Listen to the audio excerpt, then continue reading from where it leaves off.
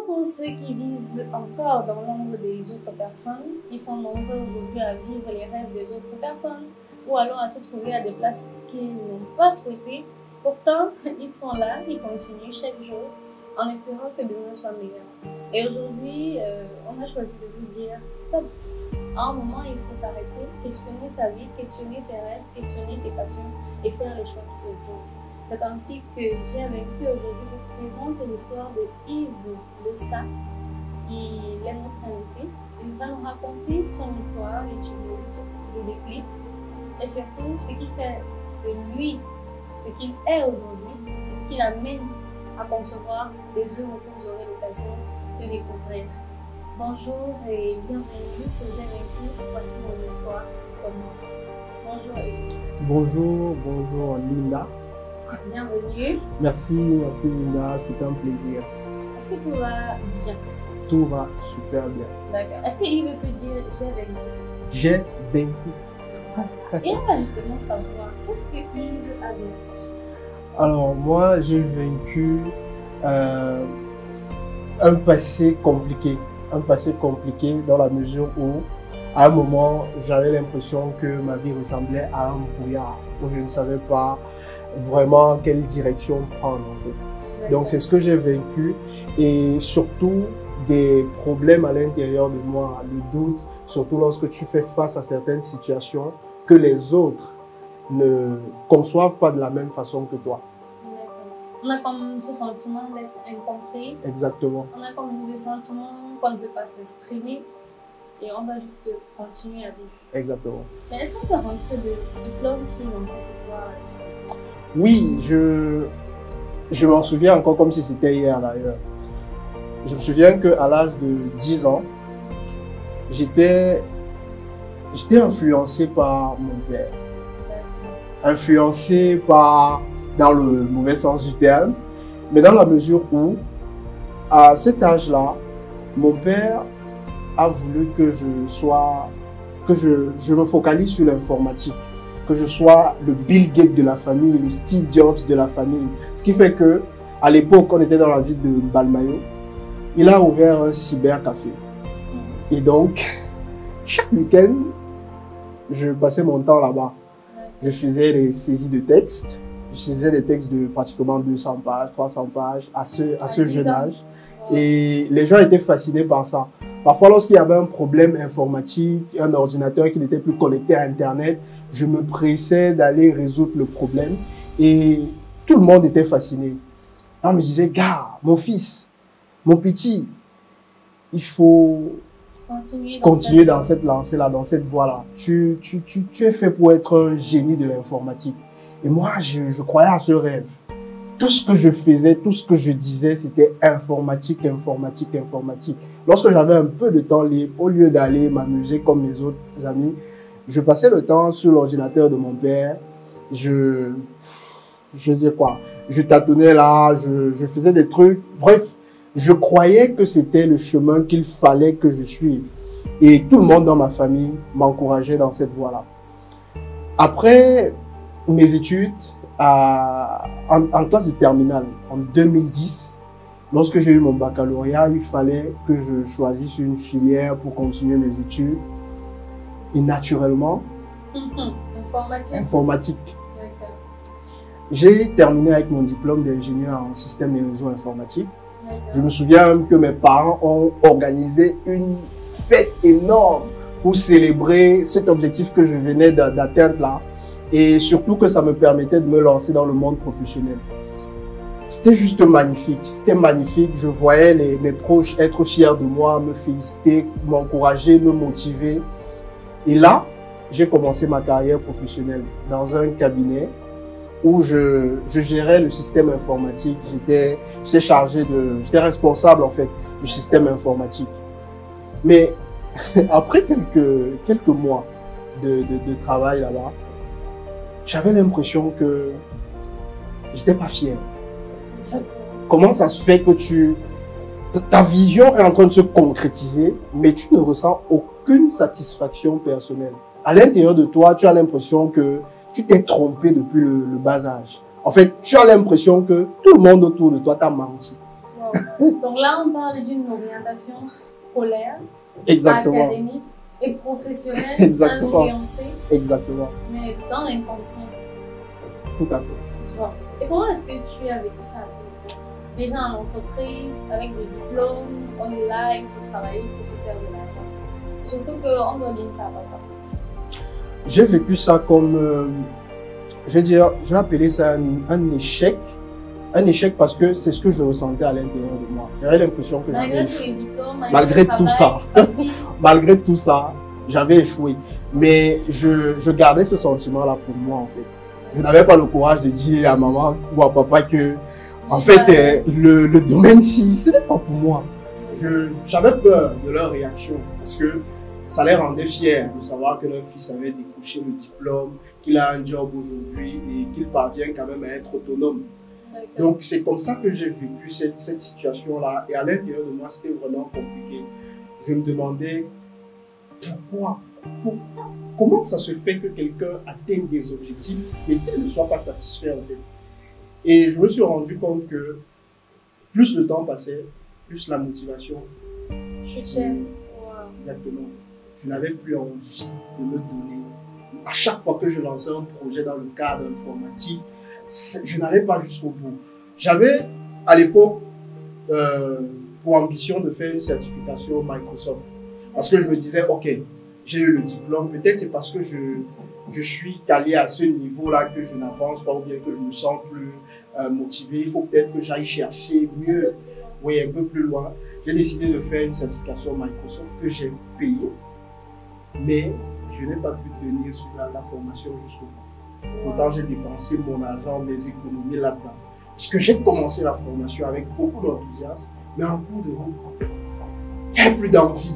C'est ce que je ressentais. Je ne sais pas comment expliquer ça, mais c'était un ressenti intérieur que je vivais en ce moment-là. Et puis, je me questionnais chaque jour. Est-ce que tu as essayé d'en parler avec quelqu'un pour comprendre déjà? Parce que j'imagine que de ressentir ça, face à toutes ces victoires, face à toutes ces réussites, c'est quand même controversé. C'est vrai ce que tu dis, c'est vrai, c'est controversé, c'est même paradoxal, je dirais ça comme ça. Et justement, j'en ai parlé à quelqu'un. C'est une personne que j'admire encore jusqu'aujourd'hui d'ailleurs. À cette époque-là, j'ai recruté cette personne dans le cabinet où je travaille en tant que chargé du réseau informatique. Donc j'ai vu son CV, c'était un CV garni, je l'ai entretenu et je l'ai recruté parce que mon boss à cette époque, j'aime dire mon boss, c'est comme ça que je l'appelais à cette époque-là. Mon boss à cette époque me faisait tellement confiance. Et donc, lorsqu'il voulait recruter, il me disait, ok, c'est à toi de faire le choix. Et donc, j'ai recruté cette personne-là. Et lorsqu'il a commencé à travailler, lorsqu'on le mettait sur des projets liés au réseau informatique, on voyait la manière dont il travaillait, on se disait, waouh, où est-ce qu'il puise toute cette énergie, tout ce talent? Et donc, je suis allé vers lui. Je lui ai demandé, William, c'était son prénom, William, comment tu fais pour être aussi passionné de réseau informatique? Tu t'es formé où? Parce que je savais que j'ai eu une formation en informatique, mais moi, je n'ai pas la même passion. J'avais plutôt l'impression que je me mettais trop de pression pour gérer mes activités. Mais lui, c'était naturel. Et c'est ce qui m'a fasciné chez lui. Lorsque je lui ai posé la question, il m'a dit, car je sais que ce que je vais te dire va sûrement te bouleverser. Peut-être ça va bouleverser tous ceux qui vont regarder cette vidéo. Il m'a dit, en fait, je viens de faculté de médecine à Tcham. Waouh! C'est exactement la réaction que j'ai eue en ce moment-là. Faculté de médecine et travailler dans un cabinet de réseau informatique avec toute la passion. Avec toute la passion. Et j'imagine que c'était ça le déclic en fait. C'était ça le déclic. C'est là où j'ai commencé à regarder en moi qu'est-ce que j'ai envie de faire, qu'est-ce qui me passionne. Parce que j'étais surpris du fait que quelqu'un qui a eu une formation en médecine soit aussi performant en réseau informatique alors qu'il n'a pas eu de formation au préalable. On devrait peut-être écouter pour savoir comment ça s'est passé. Je pense. Faculté de médecine à... Oui, c'est vrai. Et il m'a dit ça lui a coûté cher d'arrêter sa formation parce que son papa avait investi pour cette formation-là. On lui a dit, tu dois être médecin, j'ai besoin d'un médecin dans la famille, parmi les enfants, parce que son grand frère, lui, il est financier, travaille à la BICEC, on avait besoin d'un médecin. Et lui, ça, il n'avait pas envie. Il a refusé de cocher. Il a refusé. Et quand il a annoncé ça à son père a dit, ok, tu vas donc te débrouiller. J'arrête donc de te donner de l'argent. J'arrête ceci, j'arrête cela. Et lui, je ne sais pas là où il a pris son courage. Il a dit, ok, il n'y a pas de souci. Ces petites économies qu'il avait, il s'auto-formait. Il a passé une certification Cisco. D'un coup, il a eu. Et c'est comme ça qu'il a pu avoir d'autres opportunités. Après le cabinet où j'étais, il a travaillé pour Eneo. Aujourd'hui, il est ingénieur réseau pour Vodafone. Et il s'occupe bien de son père d'ailleurs. Donc, c'est la partie qui reprend. Exactement. Et je pense que c'est son histoire qui m'a inspiré. Son histoire m'a inspiré parce que je me suis rendu compte que mon père voulait que je réussisse en tant qu'ingénieur informatique, mais qu'à l'intérieur de moi, je ne voulais pas. Mais la véritable question, c'est que je ne savais pas ce que je voulais à ce moment-là. Et c'est ça qui a été difficile pour moi. Parce que tu sais que tu ne veux pas faire quelque chose, mais tu ne sais pas non plus ce que tu veux faire. Et c'est là où ça devient compliqué. Chaque jour, j'avais un combat à l'intérieur de moi. Ok, tu veux dire à ton père que tu ne vas pas continuer dans le domaine informatique, tu vas lui dire que tu vas continuer dans quoi? Zéro. J'avais peur de la réaction de mes parents, de tous ceux qui me voyaient loin dans l'informatique, mes camarades de classe et tout le reste. Et donc, c'est ça qui m'a fait rester isolé. J'ai passé plusieurs temps isolé, où je n'arrivais pas à être vraiment dégagé. J'avais l'impression que tout ce que je fais ne mène nulle part, que mes actions étaient contradictoires à mes envies. Donc j'étais dans un boulot, comme si j'étais dans une prison. Comme si j'étais dans une prison. Et cette prison-là m'a vraiment coûté cher. Parce que j'ai passé beaucoup d'années de ma vie à faire ce que je n'avais pas vraiment envie de faire. Et à un moment, j'ai pris une décision ferme de réfléchir vraiment à ce que je veux dans la vie. Cela m'a amené à un travail d'introspection. Un travail d'introspection qui n'a pas duré un jour. Ça pourrait aider quelques personnes qui sont dans la même situation. Alors, ça a été une quête. Une quête vers ce que je veux accomplir dans ma vie. Peut-être à un moment, je voyais ça sur le plan professionnel, mais ça s'est élargi. Ça s'est élargi à ce que je veux vraiment être dans la vie, en général. Et donc, durant cette quête-là, j'ai découvert un outil, en fait. Un outil, lorsque je lisais un livre japonais, le livre de l'Ikigai, trouver sa raison d'être. Et je crois que c'est ce livre-là qui m'a permis de déceler ce que j'avais envie de faire dans la vie. Et ça a duré pas un jour, pas 2 jours, pas 1 mois, pas 2 mois, pas 3 mois. Ça a duré pratiquement 1 an. 1 an d'introspection, parce que c'était un travail vraiment perpétuel. Et pendant ce temps, tu allais toujours au travail? Oui, j'allais toujours au travail. Et d'ailleurs, j'avais arrêté mon boulot dans ce cabinet-là. Ok, mais cette fois-là, c'était quoi alors le travail? Le travail que j'ai trouvé après, c'était dans un centre d'appel. Un centre d'appel, Intelsia. Ok, mais toujours dans le domaine informatique, non. réseau?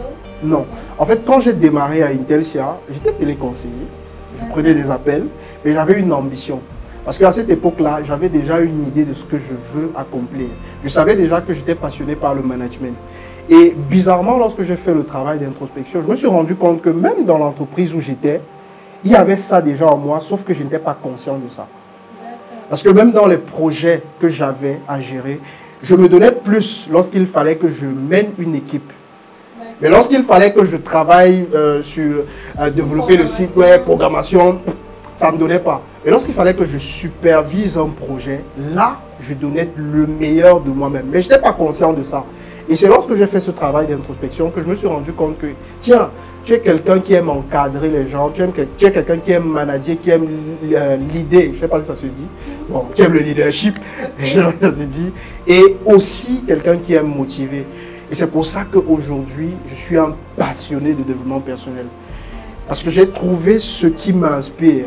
Et ce qui m'inspire vraiment, c'est donner de la valeur aux autres, donner de l'impact autour de moi. Et à un moment, ça a été difficile d'avoir le courage de se lancer dans cette voie-là. Parce qu'il fallait maintenant affronter le regard de papa. Exactement. Et il fallait tout apprendre. Il fallait tout apprendre à zéro. Il fallait abandonner toute une vie que je m'étais déjà construite. Et c'était pas facile. C'était vraiment pas facile. Parce que autour de moi, on me demandait souvent, mais mon frère, on voit maintenant tes posts sur Facebook, tu parles, tu donnes les conseils, tu es devenu pasteur. C'est pas toi qui es ingénieur informatique.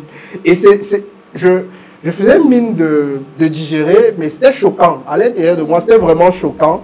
Parce que tu te dis, ok, comment les autres vont me regarder si je continue dans cette lancée-là? Surtout qu'aujourd'hui, il y a beaucoup de personnes qui prennent le développement personnel comme de l'arnaque. Oui. Ça a été encore un autre moment difficile de pouvoir vraiment rester ferme dans cette lancée-là. Mais je pense que lorsqu'on trouve ce qui nous inspire, on trouve les ressources nécessaires également pour surmonter les obstacles. Et c'est là où j'ai dit à mon père, ah, tu sais quoi, je suis sûr que tu seras fier de moi. Et aujourd'hui, ma mère, à chaque fois que je fais un post sur Facebook, puisqu'elle est sur Facebook, c'est une maman Android, elle like, elle commande, elle m'encourage, elle partage, elle fait tout ça parce que derrière, elle voit que je suis épanoui. Et aujourd'hui, je ne vais pas dire que l'informatique ne m'a pas aidé, mais ça a été un tremplin, ça a été une expérience qui me permet aujourd'hui d'avoir certaines compétences, qui m'aident dans ce que je fais. Et moi, je dis, c'est important de savoir ce qui nous inspire vraiment. Parce que c'est à ce moment-là qu'on se connecte vraiment à la vie qui nous correspond. Qu'on commence à ressentir la réussite personnelle, cet épanouissement personnel-là. Et moi, c'est ce qui me définit aujourd'hui. C'est ce qui me définit aujourd'hui vraiment. J'aimerais qu'on revienne sur l'aspect, j'allais au travail, je ne me sentais pas à l'aise, mais j'ai continué quand même à chercher quelle était ma voie. Parce qu'aujourd'hui, il y a beaucoup de personnes qui sont dans des entreprises, qui sont dans des activités, parfois même individuelles, donc à leur propre patron, ne trouvent pas la satisfaction et l'épanouissement qu'il faut, mais ne travaillent pas pour garder les mêmes résultats. Donc, on a constaté qu'on n'est pas à l'aise dans telle tâche, qu'on ne donne plus tout ce qu'on a comme ressources, comme moyen pour que la tâche soit quand même bien accomplie le temps qu'on est là. Et puis on se dit, on va chercher un autre pilier, on va chercher une autre étape. Comment est-ce que tu as vécu cette étape? Parce que je pense que si, après avoir découvert que tu n'étais pas satisfait, tu n'étais pas épanoui, tu avais lâché prise, tu avais cessé de donner 1000% de ce que tu as dans ton boulot, ce ne serait pas bien passé avec tes collaborateurs et avec ton employeur. C'était quoi? Est-ce qu'on peut partager un peu le mindset que tu avais à ce moment-là? Alors, à cette époque, quel est le mindset qui m'a permis de garder le cap, on va dire ça comme ça, c'est que je prenais tout ce qui m'arrivait comme une expérience en fait. Donc, c'était une expérience et moi je pense que si les gens veulent tirer des leçons de la vie, il faut prendre tout ce qui arrive comme une expérience. Et c'est à ce moment-là qu'on aura la possibilité de tirer vraiment des leçons et aller de l'avant. Aujourd'hui, moi, je n'ai pas de souci avec mon boss. Et parfois, il m'appelle même pour certaines, je vais dire quoi, pour certaines activités qui cadrent avec ce que je fais aujourd'hui. Parce qu'il est fasciné par la façon dont par l'impact que j'ai autour de moi aujourd'hui, il voit ce que je fais et il aime ça. Donc, moi, je pense que ce mindset-là nous permet de tirer profit de chaque événement qui nous arrive. Et c'est très difficile. C'est pas quelque chose de facile parce que sur le coup, lorsque tu ressens la douleur, lorsque tu ressens un vide en toi, tu perds tes repères. Tu perds tes repères. Il faut vraiment du courage pour affronter ça.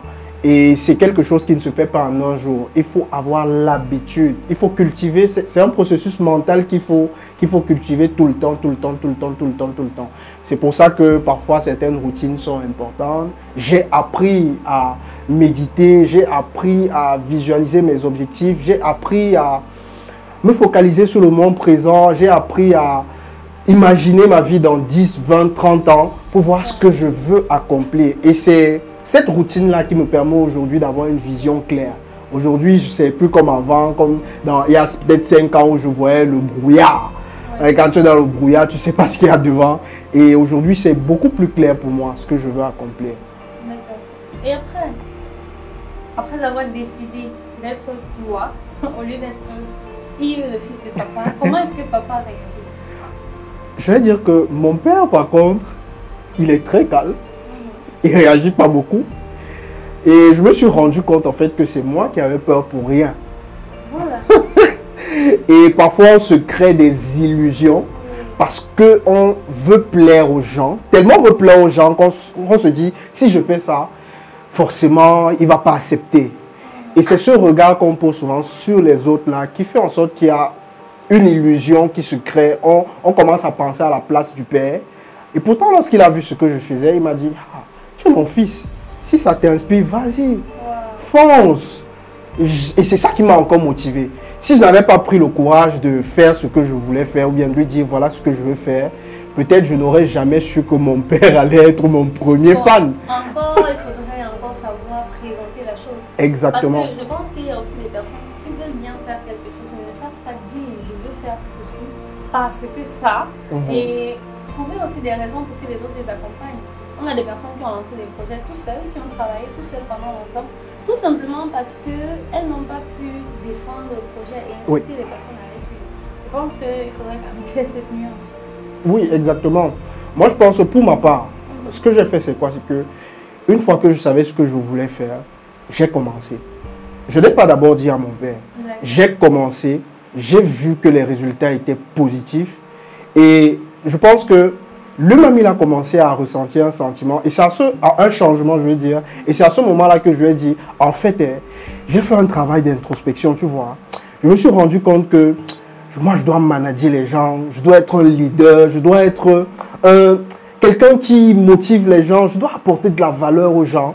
Et j'ai commencé à le faire, je t'assure, les gens sont fascinés par ça. Il y a telle personne qui me dit ceci. Il y a même mon boss aujourd'hui où je travaille qui me dit, waouh, tu as un impact différent de tel ou tel autre team leader dans l'entreprise, c'est magnifique. Et quand mon père entend ça, il me dit, ok, il y a déjà quand même des résultats. Le problème, c'est que tu ne peux pas présenter quelque chose que tu veux accomplir s'il n'y a pas déjà un début d'action, si tu n'as pas commencé à faire des efforts. Et c'est ce que les gens ne font pas souvent. On va juste te présenter quelque chose qui est bien emballé comme ça, mais ce n'est pas encore palpable. Donc, il faut commencer à passer à l'action. Et ensuite présenter la chose avec les résultats qui commencent à se faire voir. Ça te donne également de la confiance lorsque tu présentes ça à tes parents, quoi. D'accord, un peu comme maintenant. Exactement. Alors aujourd'hui, Yves, parce qu'avant Yves était le fils de papa. Oui, c'est bien de le préciser. Aujourd'hui, tu es toi. Tu as de meilleurs résultats dans tes activités, en entreprise, dans la société. L'influence, surtout dans la société. Et je crois que c'est à ça qu'on doit cet ouvrage. Comment trouver des objectifs qui t'inspirent et te motivent sur la durée. Découvrir la méthode Omar. Voilà. Je ne sais pas si je dois dire le prix ou pas encore. Bon, peut-être que le 6 mars, c'est la sortie officielle. Voilà. À la viso. Ok. Est-ce que, puisque tu en parles, est-ce qu'on peut avoir 2-3 mots sur ce livre? Parce qu'il faut dire qu'à la rentrée, non pas à la rentrée, au début de chaque année, les personnes prennent des résolutions, se fixent de nouveaux objectifs. Il y en a qui font une sorte de bilan de l'année qui est passée et décident d'être meilleurs dans l'année qui commence. Mais parfois, on n'a pas la méthode. Exactement. Et quand je lis ça, j'ai juste envie de dire, ok, dis-nous en plus. Oh, qu'est-ce qui nous attend dans ce livre? Je crois que tu as bien posé le problème. Parfois, on n'a pas la méthode. Et c'est exactement le souci que j'avais lorsque je cherchais ce qui m'inspire. Je ne trouvais pas la méthode. Mais à un moment, j'ai dit, ok, je vais suivre mon intuition. J'ai commencé par, qu'est-ce qui m'inspire? Je vais d'abord me focaliser sur ça. Quelles sont mes passions? Qu'est-ce que je sais faire? J'ai répondu à toutes ces questions. Je les ai mis ensemble. J'ai vu ce qui se répétait. Qu'est-ce qui qu'est-ce qui se répète dans mes passions, dans mes talents, dans ce que j'ai envie d'apporter au monde. Et c'est à partir de ça que j'ai pu déceler quelle est ma mission de vie ou bien ma raison d'être. Et ensuite, pourquoi? Pourquoi est-ce que tu veux foncer dans ce chemin-là? Pourquoi? Il faut trouver le carburant pour tenir sur la durée. Maintenant, qu'est-ce qu'il te faut pour agir? Il faut décider. L'action, ça se décide. Une fois que tu as décidé d'agir, ok, fonce. Parce que c'est un processus. C'est pas, je me suis fixé l'objectif et puis tout d'un coup, bam, j'aurai les résultats escomptés. Non, c'est un processus. Tu agis, tu t'améliores. Il faut éviter la perfection et tout le reste. Oui, l'amélioration, exactement. Il faut opter pour l'amélioration continue. Et une fois que tu passes à l'action, mesure tes résultats au quotidien. Si tu as fait quelque chose de bien, il faut te récompenser. Il faut vraiment te récompenser. Il faut vraiment te récompenser parce que c'est ça qui motive. Je vais te voler pour mes coachings et tout ce que je fais autour de l'entrepreneuriat parce qu'il y en a vraiment qui ont besoin d'être accompagnés dans ce sens-là. Donc, ma question, est-ce que Yves Le Ça accompagne les gens qui veulent se retrouver d'abord et surtout qui veulent vraiment vivre la vie qui est la leur? C'est l'une de mes missions que j'ai découverte. Et justement, à travers mon projet Focus, c'est un projet que j'ai démarré il y a 2 ans, c'est ce que je fais. Aider les gens à trouver leur voie, leur donner des méthodes et des outils qui leur permettent de répondre à certaines problématiques existentielles. Parce que lorsque tu ne sais pas quelle direction donner à ta vie, c'est une problématique existentielle, c'est souvent difficile d'y répondre. Parce que s'introspecter, ce n'est pas toujours évident. Il faut une méthode, il faut des outils. Et il m'est arrivé d'accompagner des gens à travers des ateliers de formation, à travers des coachings, comment on appelle ça? Privé. Ça m'est arrivé 1, 2 ou 3 fois. Je suis encore à mes débuts, donc j'apprends également.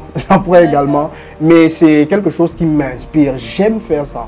J'aime apporter un plus aux autres et surtout leur permettre d'atteindre les objectifs qui les inspirent.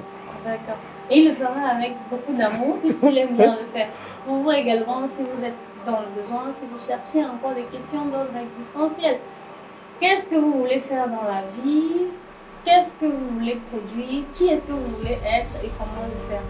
Eh bien, est-ce qu'on peut parler de l'événement du 6 mars, auquel vous êtes d'ailleurs tout invité, surtout les modalités, comment faire pour être là, comment faire pour avoir un exemplaire de ce livre, comment faire pour avoir un entretien privé, pourquoi pas, une séance de coaching avec Yves. Ok, en ce qui concerne l'événement du 6 mars, comme je t'ai dit, c'est mon premier livre et il résume justement la méthode que j'ai utilisée pour trouver ce qui m'inspire et être vraiment motivé, engagé sur la durée. J'ai essayé de modéliser mon expérience dans ce livre-là, on va dire ça comme ça. Et le 6 mars, j'aurai l'occasion, l'opportunité de le dévoiler de façon officielle. Donc le 6 mars, c'est la sortie officielle. C'est également la dédicace du livre où je vais présenter en quelque sorte la méthode OMAC. Et pour ceux qui veulent se procurer le livre, il sera vendu à 5 000. Pour participer à l'événement, il faut tout simplement me contacter au 6 90 95 26 59. 6 90 95 26 59. Et l'événement se déroulera à la Vizoé, à Makepe. Je crois que c'est à 100 mètres de Happy Sport, Makepe Bloc M. Voilà. Donc, je vous y attends. J'attends au moins, je suis sûr, au moins 150 personnes. Wow. C'est un gros challenge. C'est la première. Exactement. C'est un challenge et je vais donner le meilleur de moi pour que les gens se... Oui, l'entrée est libre. L'entrée est libre. Oui, l'entrée est libre. D'accord, je prendrai des informations d'ailleurs que je mettrai aussi sur nos plateformes pour intéresser davantage les personnes. Mais d'ici à ce qu'on arrive au 6 mars, on va dire vraiment merci à Yves de ça pour s'être prêté au jeu. Merci pour ce bout de son histoire assez inspirante quand même qu'il a voulu partager avec nous. Et merci à cette nombreuses personnes qui voudront bien se laisser transformer par cela. Est-ce que tu as un mot de fin, une parole inspirante, motivante pour quelqu'un qui te regarde aujourd'hui et qui dit waouh, je veux faire ça? Dans tous les cas, c'est toujours une opportunité pour moi d'inspirer les gens. Ce que j'ai envie de dire aux jeunes comme moi, surtout, parce que la jeunesse, c'est notre force actuellement. Ce que j'ai envie de dire, c'est que, je ne sais pas si vous connaissez comment les radios fonctionnent. Mais moi, j'ai compris le principe des radios, hein, c'est qu'il faut une fréquence, il faut se connecter à une bonne fréquence pour capter le signal d'une radio dont tu veux écouter le message. Et moi, je pense que c'est pareil pour chacun d'entre nous. Il y a une fréquence quelque part qui nous correspond. Il faut qu'on se positionne à cette fréquence-là pour capter ce signal. Et ce qui est bien, c'est que cette fréquence n'est pas loin. Cette fréquence-là est en nous. Il faut juste avoir le courage d'aller chercher cette fréquence, de se connecter à cette fréquence-là. Et vous verrez que les ondes que vous allez produire autour de vous seront tout simplement inspirants, vont impacter, vont influencer de façon positive votre entourage. Et vous-même, vous allez devenir une source d'inspiration. Donc, connectez-vous à la fréquence qui vous correspond et ayez des objectifs qui vous inspirent vraiment et restez engagés jusqu'au bout. Je pense que là, je ressens l'onction de j'ai vaincu. Hein. Oh. Et voilà, on a juste envie de dire rendez-vous là où l'action révèle ses fruits. Merci à tous ceux qui nous ont suivis. Merci à Yves Le Star. Merci. Et merci à la grande équipe technique derrière ces caméras. On se retrouvera certainement très bientôt avec une toute autre histoire aussi inspirante. D'ici à là, portez-vous bien et cherchez à dire j'ai vaincu. J'ai vaincu.